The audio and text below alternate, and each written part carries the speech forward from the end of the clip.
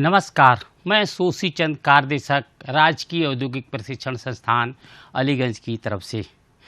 तो मैं आज आप लोगों को छैनी, पंच, स्क्राइबर तथा हेक्सा के बारे में विधिवत बताएंगे। और आगे देखिए इसकी परिचय। छैनी को ले लीजिए। यह एक कटिंग टूल्स है जिसकी बॉडी हेक्सागोनल, अष्टागोनल या स्क्वायर में बनी होती है। इसकी कटिंग एज 25 mm से 35 डिग्री होती है। 25 डिग्री से 25 डिग्री नहीं 25 mm से 35 mm होती है तथा यह 150 mm से 200 mm तक लंबाई में पाए जाते हैं। इसका प्रयोग शीघ्रता से माल हटाने के लिए तथा अनावश्यक को चिपिंग करने के लिए तथा पतले शीटों को 2 या 2 से अधिक भागों में काटने के लिए किया जाता है। और आप लीजिए पंच। किसी मार्किंग किए जाब की मार्किंग पक्की करने के लिए जिस टूल का प्रयोग किया जाता है उसे पंच कहते हैं। यह हाई कार्बन स्टील या हाई स्पीड स्टील के बने होते हैं और यह इसको मोटाई से प्रदर्शित किया जाता है तो 4 mm से 12 mm मोटे होते हैं तथा 125 mm लंबे होते हैं। स्क्राइबर को लीजिए। किसी धातु की रेखा खींचने, जिस प्रकार से हम पेंसिल से किसी कागज़ पर निशान बनाते हैं उसी तरह स्क्राइबर से हम निशान बनाने के लिए इसका प्रयोग करते हैं। ठीक, यह टूल स्टील या हाई कार्बन स्टील के बने होते हैं तथा हार्ड एंड टेम्पर होते हैं तथा दोनों तरफ 10 से 15 डिग्री 10 से 15 डिग्री पर मोड़ करके इसको नुकीला बना लिया जाता है। और हेक्सा के बारे में आप लोग जानते होंगे। यह एक कटिंग टूल्स है जिसे हम आरी कहते हैं। इसके द्वारा सभी भिन्न भिन्न आकार के धातुएं, पाइप या अन्य काटने के लिए इसका प्रयोग किया जाता है और धातु द्वारा होने वाली क्रिया को हेक्साइंग कहते हैं। तो आगे देखिए छैनी के भाग। छैनी पर आ जाते हैं। छैनी के मुख्यतः 5 भाग होते हैं। हेक्सा, बॉडी और फोर्जिंग कोण और कटिंग एज और हेक्सा। देखिए हेक्सा पर आप ले लीजिए। हेक्सा की ये आपका हेड है और ये आपका हेड है और जो यहाँ से यहाँ तक है इसे बॉडी कही जाती है और यहाँ से जो टेपर है ये फोर्जिंग हो गई। ठीक, और ये है आपका जो इतनी दूरी तक ये और ये है ये आपका कटिंग एज कहलाता है और इसको जिस एंगल पर बनाया जाता है इसे हम कटिंग एंगल कहते हैं। ठीक, इस पर हम हथौड़े देखिए, आप देखिए 10 से 15 डिग्री टेपर पर बना हुआ है, आगे उभरा हुआ। इससे इस पर हैमरिंग करने से अधिक बल लगता है। ठीक, आगे ले ली हैंड बॉडी इतनी भाग को कहते हैं। ये है आपके इस भाग में बॉडी हो गई। और फोर्जिंग कोण यहाँ से जहाँ से फोर्ज किए जाते हैं यानी यहाँ से फोर्जिंग कोण हो गई। और कटिंग एज आप ये 2 रेखाएं खींची है ना, ये 2 रेखाएं, इसी 2 रेखाओं को हम कटिंग कोण कहते हैं। इसको कटिंग कोण कहते हैं। ठीक है, यानी एज की mm में मापी जाती है। कटिंग एज कहते हैं। यह mm में होती है। यह 25 mm से 35 mm होती है। और आगे देखिए छैनी के प्रकार।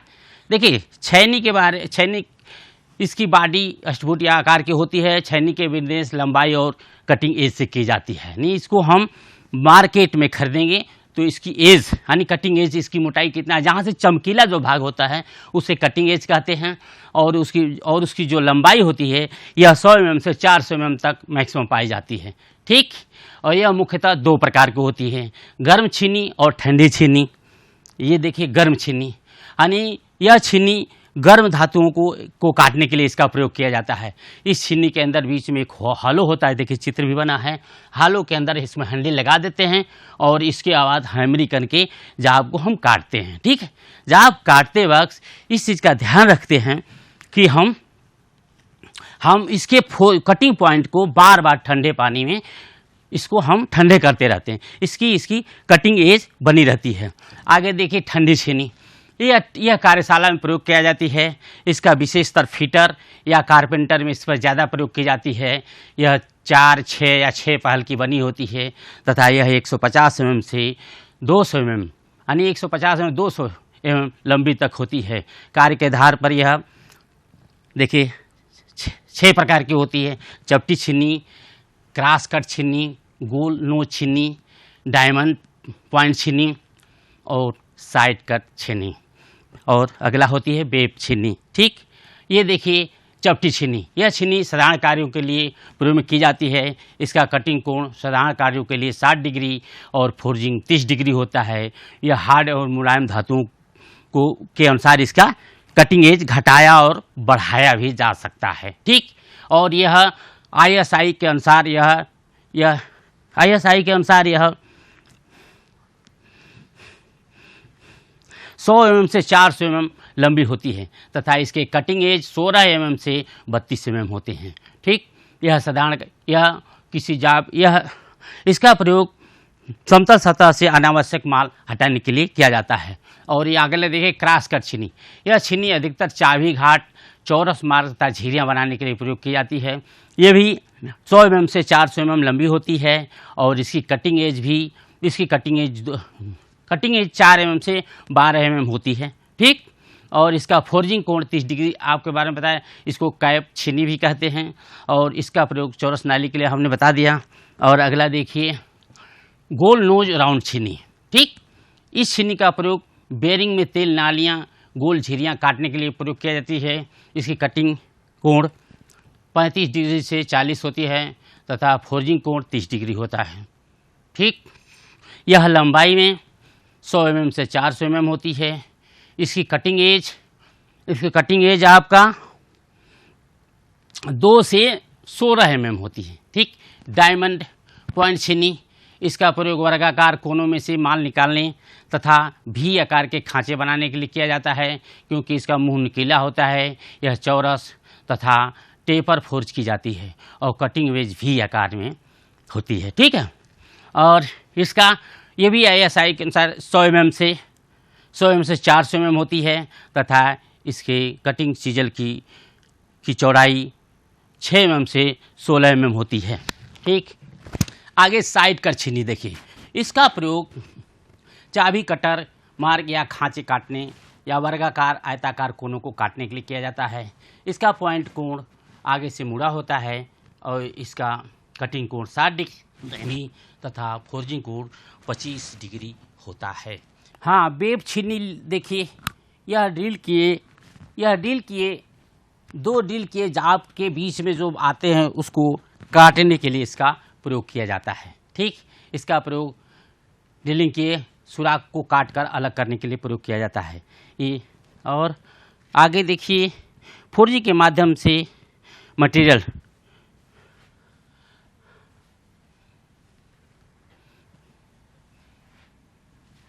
ये आपका हो गया फ्लैट।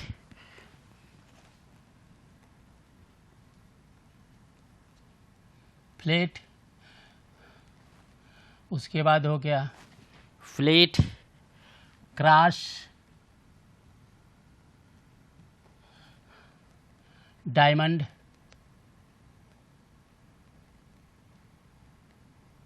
और राउंड।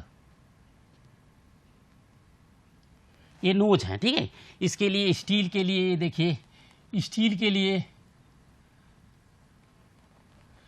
और एक कास्ट आयरन के लिए, ये सीयू के लिए और ये एल्युमिनियम के लिए, एल के लिए। ठीक, एक क्रॉस स्लाइड ये होती है आपका 70 डिग्री, इसके लिए होता है आपका कास्ट आयरन के लिए 60 डिग्री और ये हो गया आपका 45 डिग्री तथा एल्युमिनियम के लिए होता है आपका यहाँ एल्युमिनियम के लिए 35 डिग्री।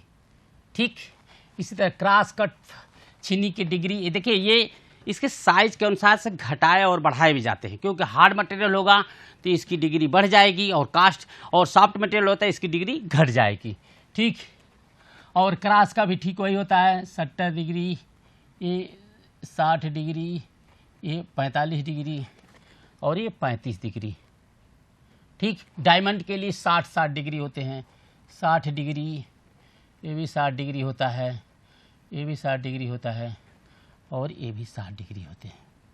ठीक, और राउंड के लिए 45 डिग्री, 45 डिग्री, 45 डिग्री और ये भी 45 डिग्री होते हैं। ठीक, इस तरह इसकी मटेरियल को के अनुसार से घर जाती है। और छेनी का प्रयोग करते समय सुरक्षा एवं सावधानियाँ, छेनी और हैमर के बीच में चिकनी पदार्थ नहीं लगे रहना चाहिए, नहीं तो यह फिसल जाएगा और चोट लगने का डर होता है। ठीक, मशरूम हेड वाली छीनी का प्रयोग नहीं करना चाहिए, इसको ग्राइंड ले करके ही प्रयोग करना चाहिए, नहीं तो चोट लगने का डर होता है। ठीक, और चश्मे का प्रयोग करना चाहिए, जहाँ पर कार्य हो आगे जाली लगाकर उसका प्रयोग करना चाहिए, और 100 mm से कम लंबाई के छीनी का प्रयोग नहीं करना चाहिए। आगे हो गया चिपिंग। धातु की छिलाई करने का यह मोटा तरीका है। इस कार्य के लिए कोल्ड छीनी अधिकतर प्रयोग में लाई जाती है। इस विधि में 6 mm तक माल काट सकते हैं, और धातु को काटने या चिपिंग करते समय निम्नलिखित बातों को ध्यान रखना चाहिए। धातु के कर्तन सिरे ग्राइंड होना चाहिए। छेनी को बाएं हाथ में और दाएं हाथ में हथौड़ा पकड़ना चाहिए। चिपिंग करते समय चीजल के कटिंग एज पर तेल इत्यादि नहीं लगे रहना चाहिए। ठीक, और जहाँ कटिंग पॉइंट है उसका प्रयोग करना चाहिए। आगे देखिए आप पंच के बारे में हमने बताया कि यह गहरे निशान करने के लिए इसका प्रयोग किया जाता है, यानी किसी जाब पर मार्किंग की हुई पक्का करने के लिए इसका प्रयोग किया जाता है। यह कार्बन स्टील या हाई कार्बन स्टील का होता है, और आगे से इसको यह देखिए आपका देख लीजिए, इसमें ये हेड हो गया, यहाँ पर हथौड़े मारे जाते हैं, और ये बॉडी हो गई, ये नर्लिंग की होती, नर्लिंग इस पर कर दी जाती है, इसको पकड़ने का काम आती है।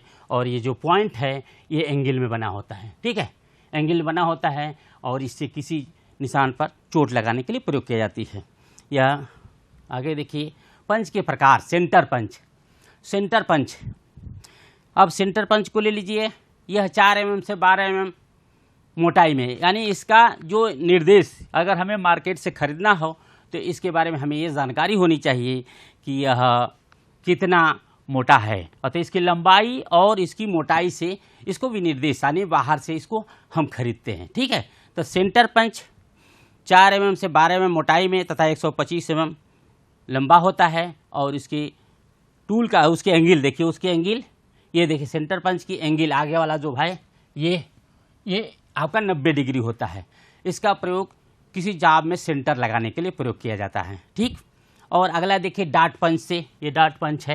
ये डार्ट पंच भी सेम 4 mm से 12 mm मोटाई में पाए जाते हैं, 125 mm लंबे होते हैं, और इसके कटिंग पॉइंट 60 डिग्री होती है। इसका प्रयोग स्क्राइबर द्वारा लगाई गई लाइन को पक्का करने के लिए किया जाता है। देखिए आपके सामने ये कर रहा है। ठीक है, ये हथौड़ा से मार रहा है और ये कर रहा है। ठीक, और आगे प्रिंग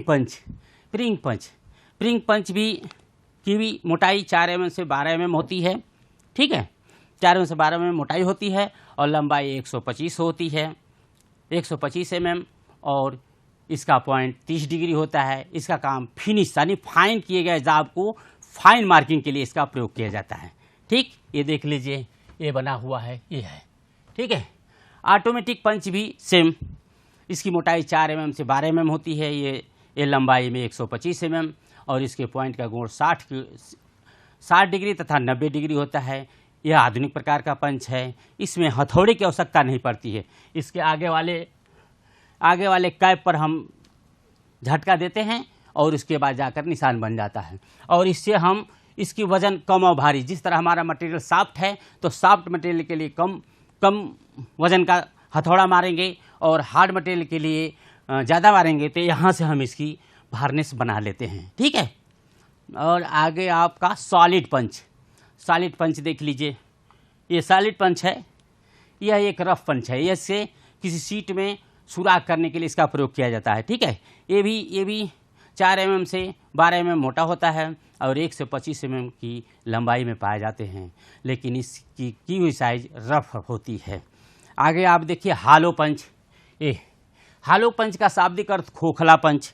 ठीक है, खोखला से हालो पंच का ये मतलब खोखला हो गया। और तो ये भी 4 mm से 12 mm लंबाई में पाए जाते हैं, और 4 mm से 12 mm मोटाई में पाए जाते हैं, और 125 mm लंबाई में पाए जाते हैं। यह बीच से हालो होता है। इसका प्रयोग नरम सीट में सुराख करने के लिए किया जाता है, तथा यह विभिन्न साइजों में पाए जाते हैं। ठीक, आगे पिन पंच देखिए। यह पिन पंच अन्य पंचों से बड़ा होता है, अन्य पंचों से इसकी लंबाई बड़ी होती है और इसका प्रयोग किसी मशीन में लगी पिन को निकालने के लिए इसका प्रयोग किया जाता है। इससे क्या करते देख लीजिए आप चित्र में, ये आपका ये पिन इसमें फंसी है, पिन को हथौड़े से मार करके इसको निकाल रहे हैं। ठीक है, तो पिन पंच समझ में आ गया। पिन पंच कैसे होता है, तो पिन पंच को हम हथौड़े से मार के दूसरी पिन फंसी होती है उसको निकालने के लिए इसका प्रयोग करते हैं। और अगला वेल पंच, इसका प्रयोग गोल रॉड के सेंटर निकालने के लिए करते हैं। इसके बीचों बीच में पंच लगा होता है जिसे स्प्रिंग ढकेल करके इस पर निशान बना, जैसे ये देखिए आपका दोनों तरफ से चित्र बना है, यहाँ से स्टिक लगा, इसको दबाएंगे तो गप से निशान बन जाएगा। इससे यहाँ दबा दिए, निशान बन गया। और उसके बाद ये ठीक सीधा यानी एक्यूरेट शुद्ध मार्किंग करने के लिए इसका प्रयोग किया जाता है। ठीक, और पंच से कार्य करते समय सुरक्षा एवं सावधानियाँ, पंच के कार्य के अनुसार पंच का चयन करना चाहिए। ठीक है, पंच का पॉइंट नुकीला होना चाहिए और बस कठोर वस्तु पर इसका प्रयोग नहीं करना चाहिए। ये भी पंच चल रहा है, ठीक है, नहीं करना चाहिए। और कार्य करने से पहले इसके कोणों को चेक कर लेना चाहिए। और पंच के हेड पर मशरूम आए तो उसको ग्राइंडिंग करके साफ कर लेना चाहिए। आगे स्क्राइबर के बारे में बता रहे, जिस प्रकार पेंसिल से किसी पर निशान बनाने के लिए स्क्राइबर का प्रयोग करते हैं, उसी तरह स्क्राइबर से पेंसिल से कागज़ पर निशान बनाने के लिए प्रयोग करते हैं और स्क्राइबर से हम किसी जाप पर निशान बनाने के लिए इसका प्रयोग करते हैं। ठीक, यह आगे से 10 से 15 डिग्री दोनों तरफ देखिए वो नोक बना हुआ है, ये दोनों से 15 डिग्री टेपर पर बना होता है और नुकीला बना दिया जाता है। यह मुख्यतः लंबाई में होती, यह मुख्यतः लंबाई, इसकी लंबाई 150 mm से 200 mm होती है। और यह देखिए पहला आपका स्टेट स्क्राइबर भी 100 mm से 150 mm से 200 mm लंबाई में पाए जाते हैं। ठीक, यह भी आगे से पॉइंट, लेकिन दोनों तरफ इसके नोकीले होते हैं। एक नोकीले पर हम जब कार्य करते हैं तो इस पर कैप या रबड़ का गत्ता लगा देते हैं और इसका प्रयोग आम कार्यों के लिए किया जाता है। बैंड स्क्राइबर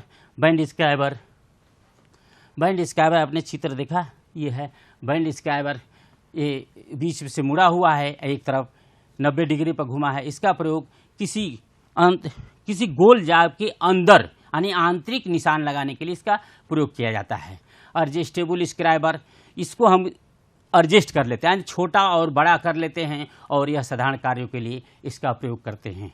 ऑफसेट स्क्राइबर, यह वर्नियर हाइट गेज में फिनिश मार्किंग के लिए इसका प्रयोग किया जाता है और इसके एक तरफ नुकीला होता है चाकू की तरह, तो इसलिए इसे हम चाकू स्क्वायर भी इसको हम कहते हैं। ठीक है, और अगला है पॉकेट स्क्राइबर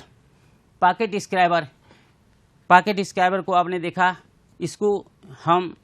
इसमें एक प्रकार से ट्यूब होता है, ट्यूब के अंदर हमारा स्क्राइबर के पिन होते हैं, इसको घुमा करके हम बाहर निकाल लेते हैं और कार्य होने के बाद घुमा के अंदर कर लेते हैं और फिर पॉकेट में रख ले हैं, इसलिए हम इसे पॉकेट स्क्राइबर के नाम से जानते हैं। ठीक, स्क्राइबर पर कार्य करते समय सुरक्षा एवं सावधानियाँ, यानी जिन स्क्राइबर के सिरे को काम कर रहे हैं तो दूसरे स्क्राइबर पर कैप या गत्ता लगा लेना चाहिए और स्क्राइबर का पॉइंट हमेशा नुकीला होना चाहिए। ठीक, और इसे कठोर धातुओं पर प्रयोग नहीं करना चाहिए।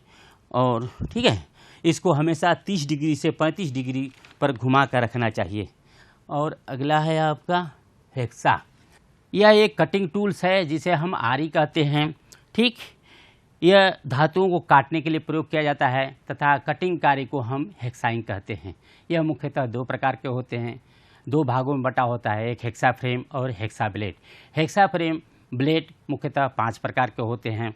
आप ले लीजिए open grip adjustable hacksaw frame, close grip adjustable hacksaw frame, और आगे है आपका straight grip adjustable hacksaw frame और straight grip not adjustable hacksaw frame और deep throw not adjustable hacksaw frame.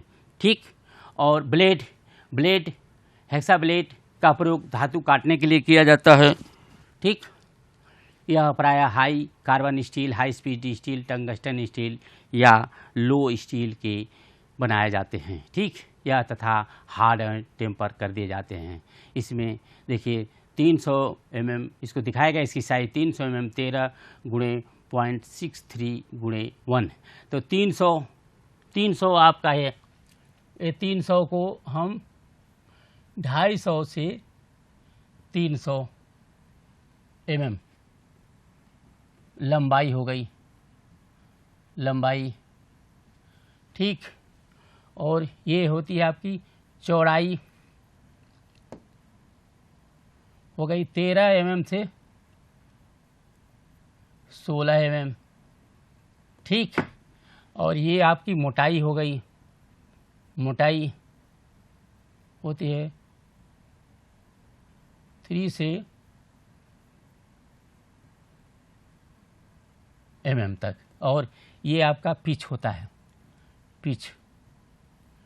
Pitch होता है ये आपका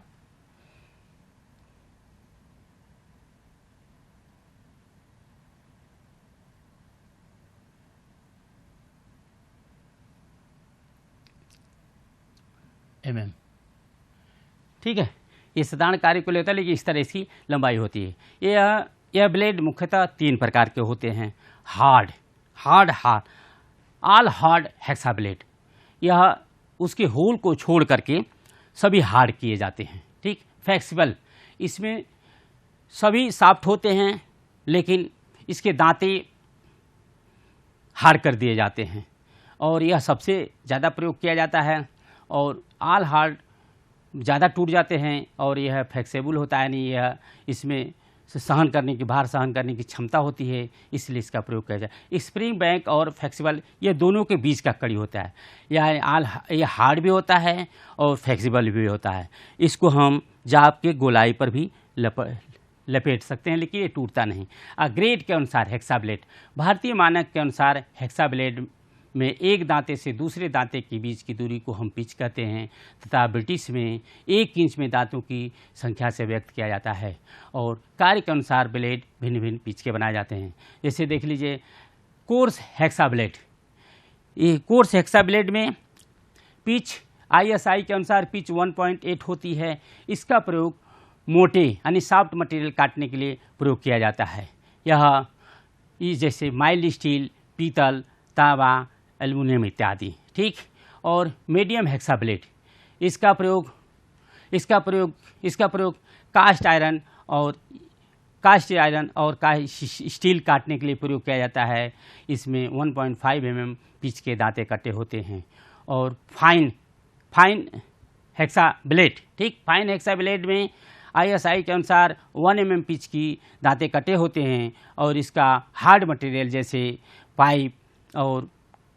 पाइप हो गया और कठोर धातुएं काटने के लिए प्रयोग किया जाती है। और वेरी फाइन, इसमें ISI के अनुसार 0.8 mm पिच के दांते कटे होते हैं, और इसका प्रयोग पतले सीटों को काटने के लिए किया जाता है।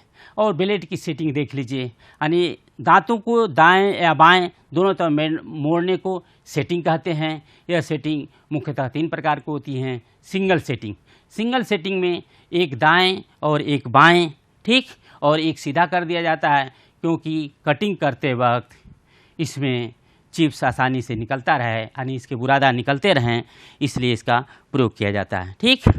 और आपका डबल अल्टरनेटिंग सेटिंग में 2 दांते बाएं, 2 दांते दाएं और बीच में सीधा कर दिया जाता है। और इसका प्रयोग करने से इसमें जो बीच में दांते सीधे होते हैं वही चिप्स निकालने के लिए इसका प्रयोग किया जाता है। चिप्स इससे आसानी से निकल जाती है, और हमारा हेक्सा ब्लेड चलता रहता है। जिग जॉग सेटिंग ले लीजिए। यह एक लहरदार, इनके दांतों को लहरदार रूप में मोड़ा जाता है, यानी एक दाएं और बाएं इस तरह। ये फिनिश ब्लेड के लिए इसका प्रयोग किया जाता है, ठीक है। हेक्सा से काम करते समय सुरक्षा एवं सावधानियाँ, धातु के अनुसार कठोर ब्लेड का चयन करना चाहिए, और दांतों को आगे तरफ किए रहना चाहिए, और जाब को वाइस के निकट अच्छी तरह बांधना चाहिए ताकि काटने वाली रेखा सीधे में हो। और तत्पश्चात और हेक्साइंग करते समय धातु पर कूलेंट का प्रयोग करते रहना चाहिए। हेक्सा ब्लेड फिट करते समय ब्लेड को आगे की तरफ मोड़ना चाहिए, आगे की तरफ करके रखना चाहिए, ठीक। और सीधा हेक्सा ब्लेड को चलाना चाहिए। और आगे है आपका प्रशिक्षण का सारांश।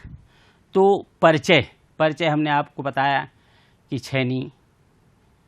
छेनी का क्या काम है। छेनी काटने की, जल्दी कोई जाप काटने के लिए छेनी का प्रयोग किया जाता है, या दो भागों को अलग करने के लिए इसका प्रयोग किया जाता है। और पंच किसी धातु में गहरे निशान लगाने के लिए, और स्क्राइबर रेखा खींचने के लिए, और हेक्सा दो भागों को अलग करने के लिए किया जाता है। छीनी के बारे में हमने बताया, छीनी मुख्यतः दो प्रकार की होती है, गर्म छीनी और ठंडी छीनी। और ठंडी छीनी 6 प्रकार की होती है, फ्लैट, क्रॉस, राउंड नोच, डायमंड, साइड तथा वेव छीनी, ठीक। और इस तरह पंच 8 प्रकार के होते हैं, सेंटर पंच, प्रोंग पंच, ठीक। और आपका सेंटर पंच, ठीक है, सेंटर पंच हो गया। अब इसके बाद प्रोंग पंच, अब इसके बाद आप ले लीजिए ऑटोमेटिक पंच, पिन पंच, हॉलो पंच, यानी इसके बारे में तमाम हमने बताया है। स्क्राइबर भी कई प्रकार के होते हैं, जैसे बेंड, स्ट्रेट, एडजस्टेबल, पॉकेट और ऑफसेट।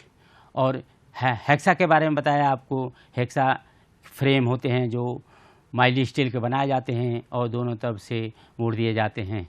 और सावधानियां भी हमने आप लोगों को बताया, इस पर कैसे सावधानी करना चाहिए।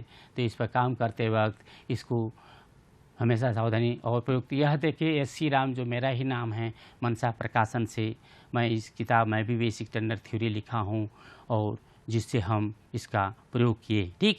और एक आपका NS क्यूब की किताब है, दोनों के सहयोग से मैंने PPT बनाया और आप लोगों के सामने इसको प्रदर्शित किया। और देखिए आप लोगों को छेनी, पंच, स्क्राइबर और हेक्सा के बारे में आप लोगों को हमने बताया, और आप लोगों को अच्छा समझ में आ गया होगा। धन्यवाद।